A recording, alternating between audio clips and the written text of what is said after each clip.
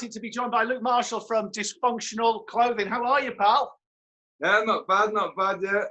Same old, plodding along still. What? How's Dysfunctional Clothing? It's all right, yeah. I've just recently I've been a bit knocked it down a bit during the while COVID and all that, because it's not been the right time to fully get it going, because I was about to get it in a shop in Manchester Arndale before all this happened, and then obviously the guy who was going in with, he's had to close down a few stores and that now. So I'm just trying to build it. It's a nightmare, isn't it? Oh, it's a nightmare, mate. And then not a lot of people wanting to buy it at the time as well. So it's just, I just like slowed it down a bit till it all settles down. Sure. Yeah. Okay. Anyway, though, go on. So this is over, I'm good to go again. I've already been chatting with him yesterday, so he's still interested in getting it in the store again. So hopefully, touch wood, then we're all good to go when this is settled. Right. Tell me, how did it come about, Dysfunctional Clothing? It came about because when I lost my leg in 2012, obviously I was always a hands-on sort of guy. Like, I could never be in an office-based sort of job, meaning to go as hands-on. Obviously, I couldn't do that anymore. So I was twiddling my thumbs for ages, thinking, what can I do? What can I do? And my mum was like, why don't you just get into clothes? Because you're mad for clothes. You love your clothes. Why don't you do something to do with that? And ever since she said that, I've thought to myself, why don't I do that? And then it was the main thing was the name. What can I call it? Obviously, I thought about my life, what's gone on, how dysfunctional it has been. So that's where the name it come from, because obviously I've had a bit of a mad life. So up and down, and obviously a lot of people can relate to that as well. So, because obviously it don't have to be like, obviously I've lost my leg, but a lot of people have had a dysfunctional life. Could be anything, could be physical, mental, anything, but it just, people can just relate to the name, I think.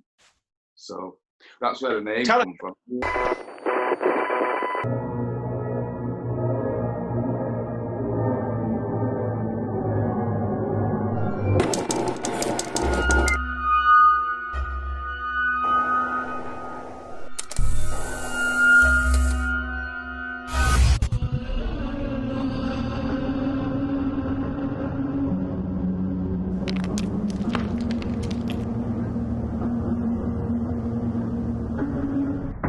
Tell us about, you lost your leg, didn't you?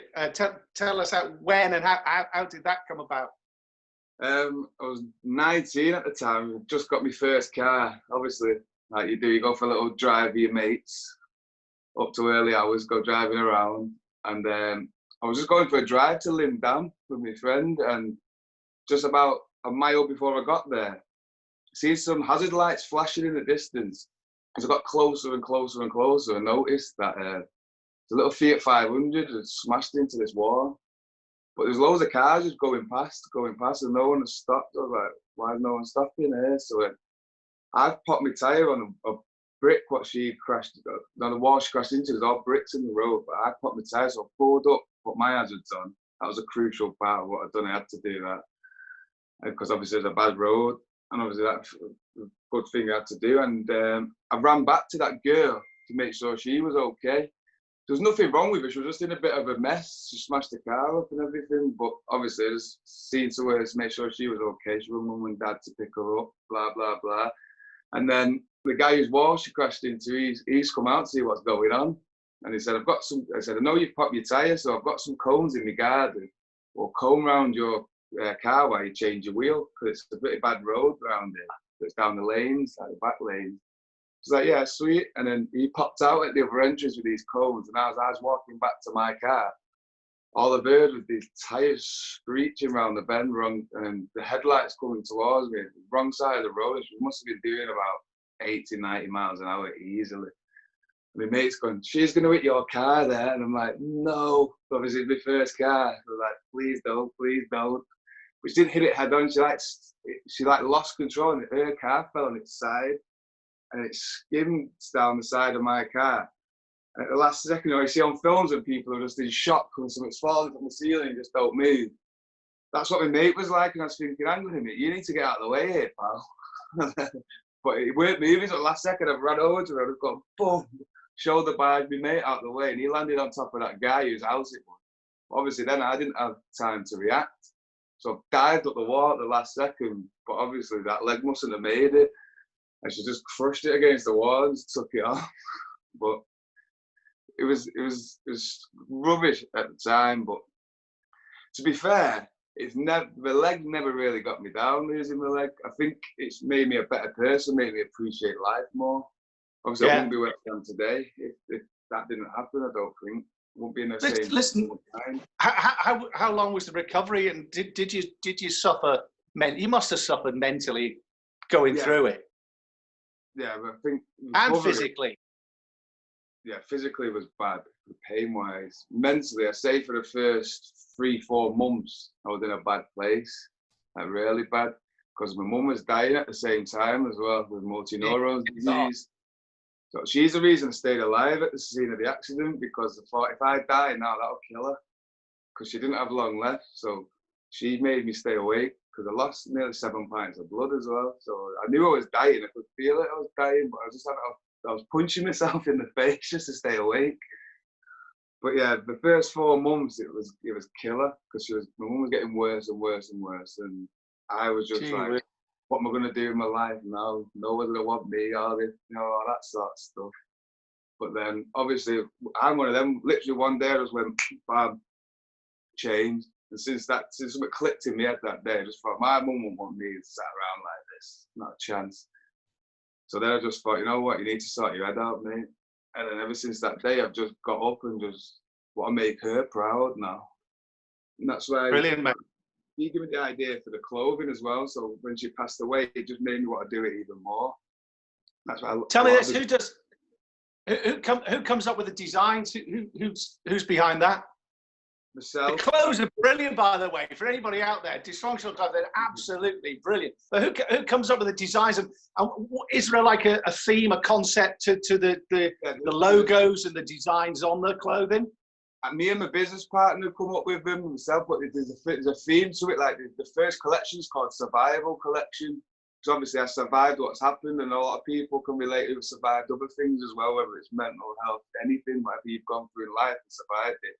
You can relate to that. But the second collection, what I want to bring out next, when I just have a few sample pieces, is called The Fall.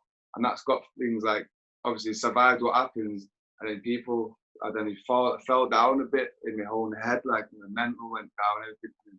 I've got like dates on there when I lost my leg or when my mum passed away, like just like little dates on there.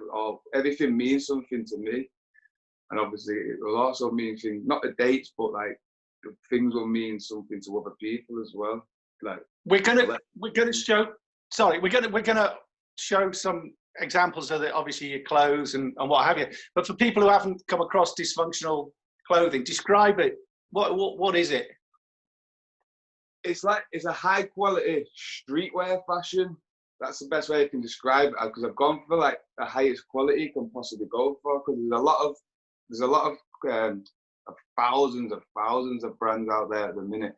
But I've just tried to make it a bit different, like try to make it a bit more quirky in a way. Sort of like, I've always been like that though, me. I've always liked to be different. I was not sure. I don't like to be a sheep.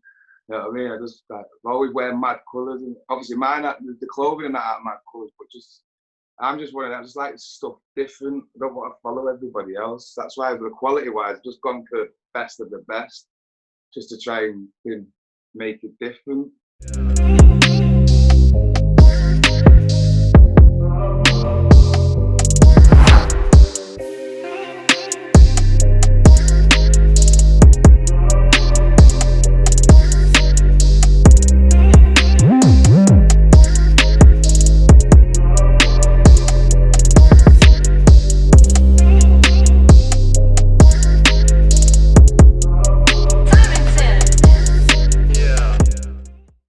Well, the website's up and running, isn't it? If people want to have a look, they can have a look at Dysfunctional clothing on the web. And what can they order online as well? Yeah, you can order online. Yeah, it's all up and running. You can pay Apple Pay, everything like that. So it's easy. It's easy to do. Yeah, next day shipping as well. So when does when are you going to launch the fall collection after sort of COVID dies down a bit and everything's a bit more back to normal? Yeah, well, once I've got rid of, obviously, a lot of this first collection, and that's when I'm going to start fully making this second collection come out. But I'm going to wait until I've got some of this first collection in the stores still, because that's my main thing now, is what I get it seen more. Because there's only so much you can do online. Obviously, you can advertise, you can do so much advertising, but a lot of people like to see the products in person, especially when you describe it as high quality. Yeah. So it's good because. What reaction have you had to it? Yeah, people loving it. Like my mate Sam Hyde, who's a boxer as well. He's loving it. Like, and he's mad for his clothes as well. And he messaged me personally, like, Luke, the quality is amazing. He said, honestly, out of anything I've ever bought in life, whether it's the Gucci or this, everything, the quality is just insane. You'll feel it yourself if anyone buys it. As soon as you hold that hoodie, it's like holding a dumbbell in your arms. That's how heavy it is. It is as well. Like cheap stuff, amazing. I just wanted it proper. It is proper. It's absolutely brilliant. Hey, listen, that's all I need. Thanks a lot, pal. No worries, mate. Take care. Cheers, mate. Catch you in a See bit. you, pal.